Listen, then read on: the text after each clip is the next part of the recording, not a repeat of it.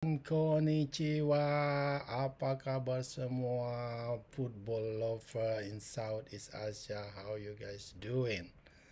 Well, I hope you guys doing alright. Oke, salam olahraga, salam sepak bola. Hari ini kita akan membahas topik yang sangat menarik menurut saya. Saya akan membalas kekalahan beruntun Vietnam di semua level. Itu dampak psikologisnya buat Indonesia dan Vietnam.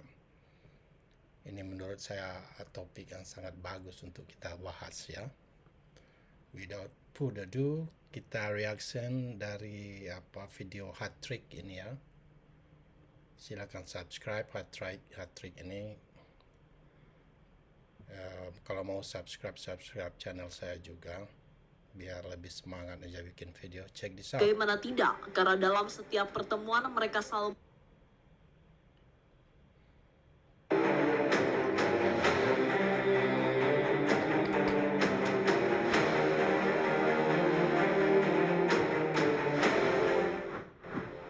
pada tahun ini timnas Indonesia benar-benar menjadi mimpi buruk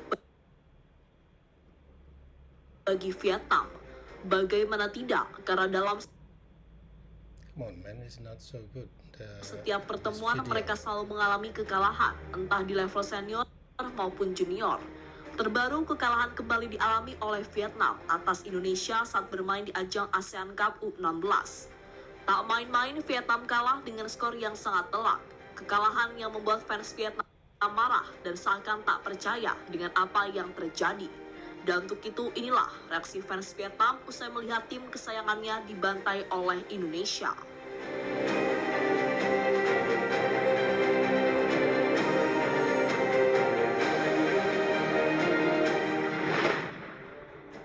Ya, beberapa tahun yang lalu Vietnam adalah salah satu tim yang selalu sombong kepada Indonesia. Itu terjadi saat timnas Vietnam selalu mengalahkan Indonesia, entah di ajang Piala AFF maupun ajang lainnya. Tak hanya tim, kesombongannya juga ditunjukkan oleh para fans Vietnam. Banyak yang mengatakan jika Indonesia sudah bukan level mereka lagi.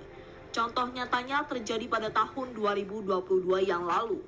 Kala itu Vietnam dengan luar biasa meraih 2 kemenangan atas Indonesia di babak kualifikasi Piala Dunia. Kemenangan yang membuat Vietnam menjadi satu-satunya tim ASEAN yang lolos ke babak ketiga.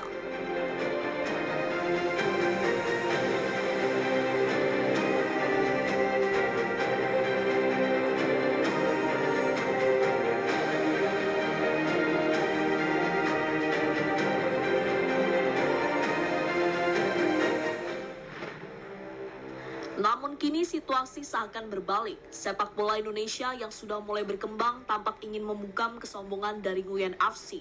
Dan semua itu sudah terbukti di tahun ini. Di mana tahun ini Indonesia dan Vietnam telah bertemu sebanyak 3 kali. 1 di ajang Piala Asia, sementara 2 lainnya di babak kualifikasi Piala Dunia.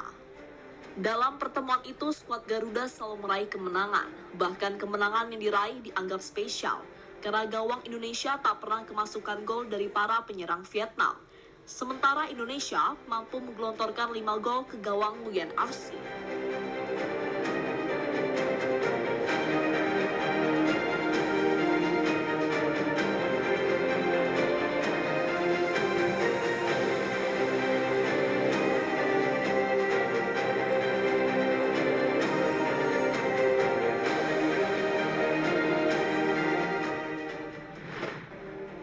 Terbaru pertemuan antara Indonesia melawan Vietnam kembali terjadi bulan ini. Namun bukan timnas senior, melainkan timnas kelompok umur. Pertemuan itu dilakukan untuk memperebutkan juara ketiga ASEAN Cup U16. Dan seperti yang kita tahu, Indonesia secara luar biasa kembali membungkam Vietnam di lapangan. Kali ini skornya lebih sadis, yakni 5-0.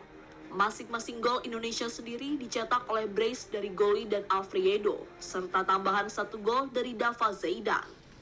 Tentu sebuah kemenangan yang membuat Vietnam semakin sakit hati, karena tahun ini mereka belum pernah menang saat melawan Indonesia.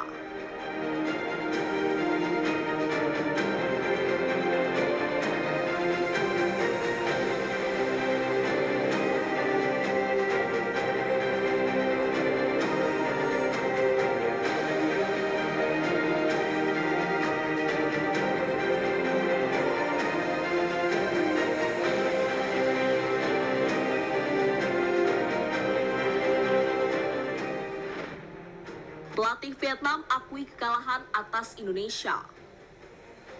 Melihat timnya dilibas timnas Indonesia, membuat pelatih Vietnam berkomentar.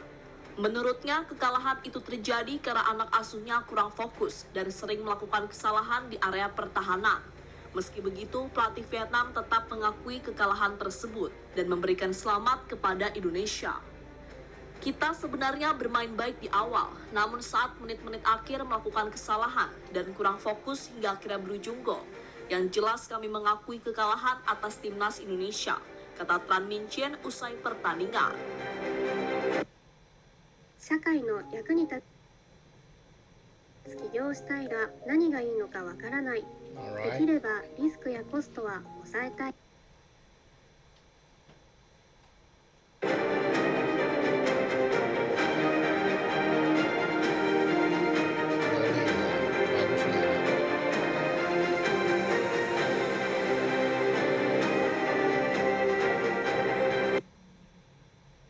Oke, alright, mari kita bahas. Yang akan kita bahas sekarang ini adalah dampak psikologisnya ya. Karena saya seorang coach juga, seorang coach pelatih renang di sini. Itu sedikit banyaknya saya ngerti psikologis dalam olahraga ini. Di Jepang ini di samping latihan fisik, skill, mental juga psikologisnya, sport science-nya tinggi di sini, bagus. Jadi sekarang sport itu udah modern, harus ada sport science. Itu calon-calon atlet itu yang bagus berbakat yang akan masuk ke Olimpiade itu sampai orang tuanya kita wawancarai di sini. Cara di rumah menghadapi anaknya, gizi-gizinya, macam-macam lah yang dibicarakan di interview kan. Orang tuanya juga. Ini bersangkutan dengan psikologis. Jadi kemenangan ini ada dua sisi, dampak positif untuk Indonesia, negatif sekali untuk Vietnam ya. Kita bahas dulu untuk Vietnam. Vietnam ini di saat mereka kalah 1-1 jadi penyisian Piala Asia 1-0, terus kualifikasi ronde 3 Piala Dunia 1-0 di Jakarta, itu mereka masih percaya bahwa itu hanya sebuah kecelakaan. Jadi Vietnam ini di saat mereka berjaya dulu dan Indonesia terpuruk, itu masalah PSSI lah. Indonesia itu sebenarnya masalahnya dari dulu pengurus saja. Coba lihat sekarang setelah Pak Erik yang ngurus kan, lihat sekali. Selama ini orang yang nggak jelas saja ngurusnya, masuk unsur politik nggak jelas. Pak Erik itu the right man in the right place ya. Jadi waktu mereka di atas, Indonesia terpuruk, itu tertanam sekali di alam bawah sadar mereka bahwa mereka itu jauh lebih baik dari Indonesia. Ya, mereka itu menganggap mereka itu 2 level 3 level di atas Indonesia. Jadi seperti kita ngadapin Laos, Kamboja lah, perasaan mereka itu tertanam jelas di bukan dari pemain mereka aja, di media mereka, di pendukung supporter mereka. Jadi kalah dari Indonesia itu sesuatu yang nggak bisa mereka terima dengan mudah. Seperti kita dikalahin tim Kamboja, Laos begitu. Mereka begitu over confident lah menurut saya ya. Terus masalahnya mereka yang menganggap mereka mundur, mereka nggak mundur sebenarnya, mereka sama stay di tempat mereka. Skillnya yang masalahnya sekarang Indonesia bergerak maju, sementara mereka sudah di level itu dah. Mereka tersanjung dengan kemenangan mereka lupa bahwa Indonesia itu sebenarnya negara besar yang mencintai bola dengan gilanya. Sayangnya aja nggak diurus dengan baik. Coba aja Indonesia itu diurus dengan baik, grassroots-nya bagus, itu udah kayak Brazil sebenarnya. Udah nggak bisa main-main lagi kalau melihat according kecintaan rakyatnya dengan bola ya. Kalau seperti Jepang lah, pembinaan usia dininya itu Indonesia itu ya minimal level Jepang dah. Jadi dampak psikologisnya sangat setelah kekalahan mereka 3-0 di kandang ya, yang senior itu mulai mereka merasa ini memang betul, seolah-olah mereka terhempas ke bumi dari mimpi-mimpi, dari kesombongan, keangkuhan. Tapi masih mereka akan mencari alasan, mencari excuses, mencari pembenaran atas kekalahan mereka dengan menyalahkan banyaknya pemain blasteran Indonesia, banyaknya pemain heritage, naturalisasi Indonesia. Itu alasan mereka, itu pembenaran di saat orang loser lah ya, seorang pecundang di saat dia kalah. Dia bukannya mengkoreksi diri atau menerima kenyataan, dia akan mencari alasan-alasan sebuah pembenaran atas kekalahan dia. Jadi dia feel good, jadi dia merasa baik kan. Itu sebenarnya salah, karena masalah pemain diaspora itu Indonesia punya hak, itu mereka kan punya darah keturunan. Sama aja dengan pemain lebih punya hak lagi dibanding Prancis. Prancis itu mengambil pemain-pemain Afrika yang kebetulan lahir di Prancis. Tapi nggak bisa kita salahin kan, karena nationality-nya mereka memilih nationality Prancis daripada negara asal ibunya. Indonesia itu punya heritage player, punya darah Indonesia. Itu ada seperti saya punya 2 anak sekarang latihan bola di klub Barcelona di sini. Kalau suatu saat nanti dia memilih Indonesia, ya lu pada orang-orang lain nggak bisa ngomong, wah itu anak Jepang. Nggak, ibunya yang Jepang, saya orang Indonesia. Jadi nggak bisa kalian salah, anak saya punya hak kalau dia mau gabung timnas Indonesia. Amin ya, suatu saat.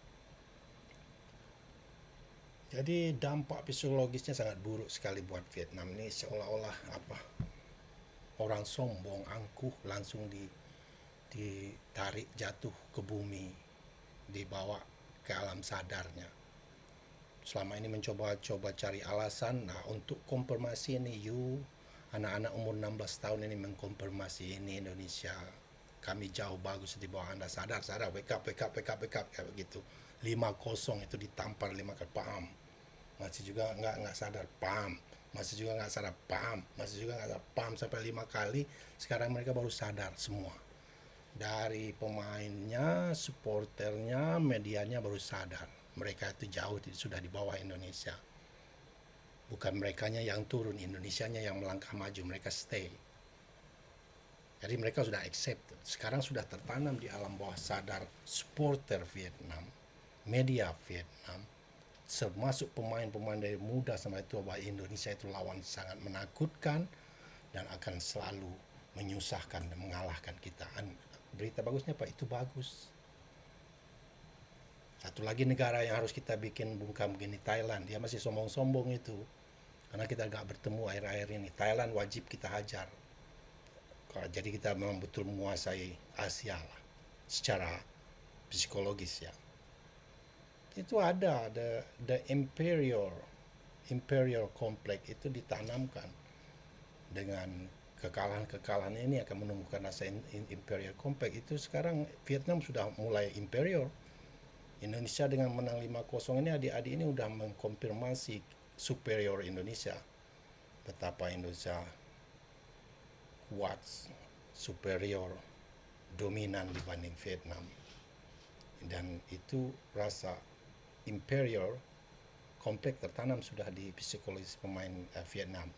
Bagus buat Indonesia. Setiap kali ada pertemuan mereka udah deg-degan dulu, walaupun mereka mencoba itu nggak bisa dihindari. Apalagi kalau mereka nggak punya pelatih psikologis yang bisa mensupport, memperbaiki mentalnya. Untuk Indonesia ini sangat bagus sekali ya. Untuk Vietnam tidak baik sekali. Jadi hal begini sama dengan kita begini ya. Kalau kita ketemu Jepang, gimana pun kita ngomong kuar-kuarah, bisa usaha deep down di hati kita, Jepang ini kuat. Susah ini ngalahin. Kita sering kalah nih sama dia, walaupun nggak kita omongin. Tapi kalau psikologis bagus, kita bisa menghilangkan rasa itu.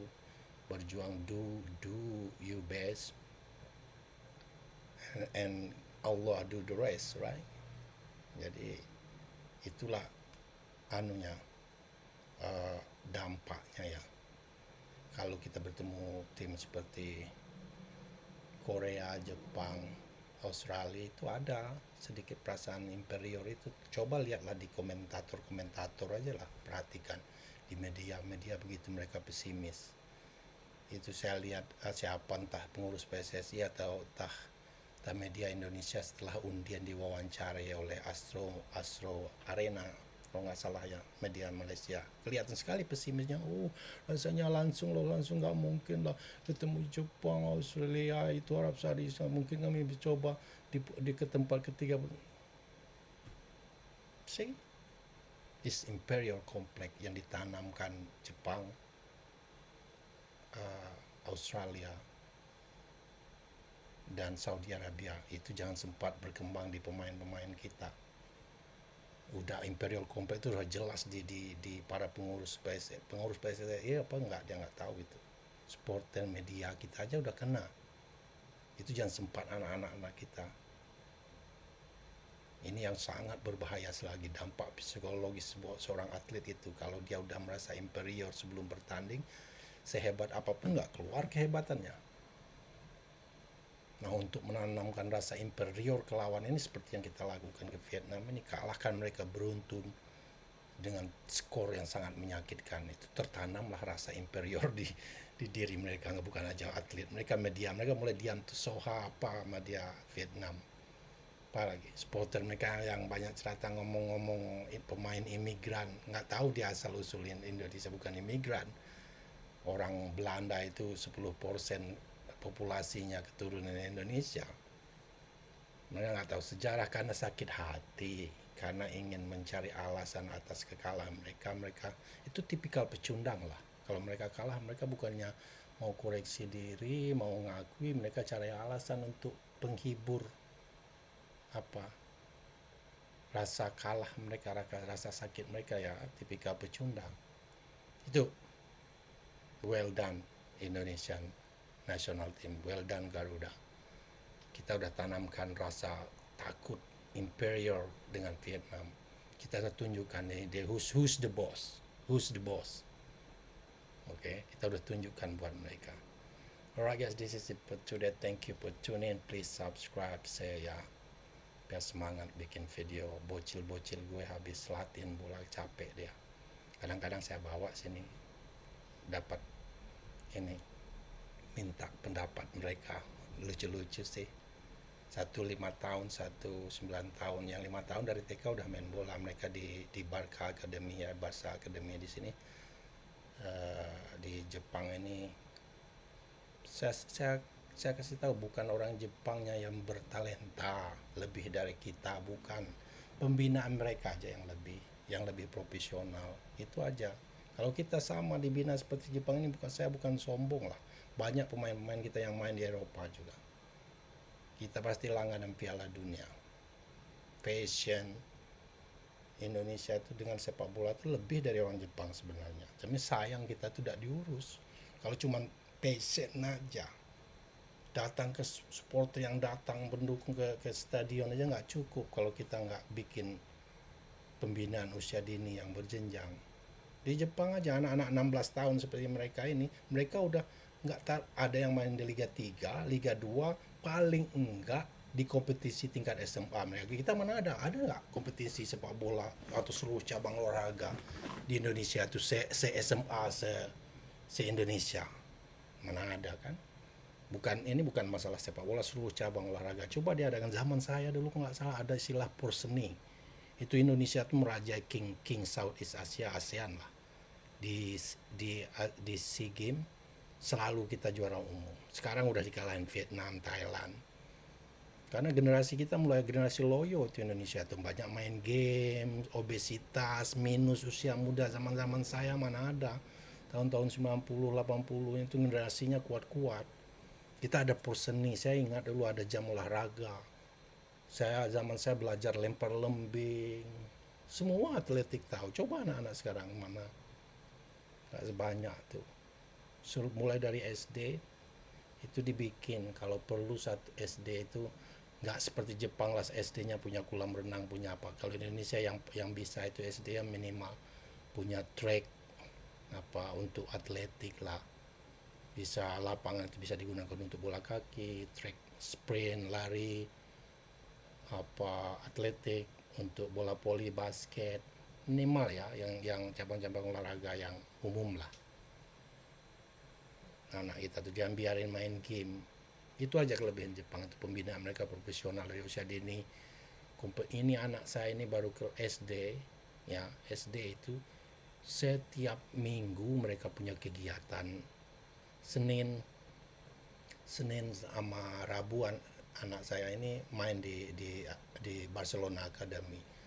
Sabtu Minggu main di sekolah mereka, di klub sekolah mereka. Sisanya hari-hari juga latihan sedikit-dikit setiap bola. Di depan rumah, di depan TV aja nendang-nendang bola terus. Terus sebagai bapaknya kita pikirin makannya. Jangan biarin dia makan sembarangan. Itu tanggung jawab kita, support secara mental dan psikologis, finansial. Itu normal dilakukan orang-orang Jepang, malah pendukung. Maka lihat channel saya itu, di sini saya bikin channel ini kan tujuannya dulu itu untuk menunjukkan cara supporter Jepang bikin klub-klub sendiri. Itu saja menurut saya, nanti ceritanya lama-lama. Kita harus perbaiki kompetisi usia dini, kita aja mempahatin SD, SMP, SMA sampai university, bikin semua pertandingan. Kompetisi liga itu udah antar sekolah, masuk akal itu. Setiap cabang olahraga, tengoklah nanti hasilnya 5-10 tahun yang lewat nanti. Nggak bisa instan ya. This is it guys, thank you for tuning in, appreciate you watching. Hit subscribe, save video, cek lonceng notifikasi. Saya jarang ngomong-ngomong begini ya, suruh subscribe. Kalau saya ingat saya ngomongin. Begitu saja, see you next time, bye.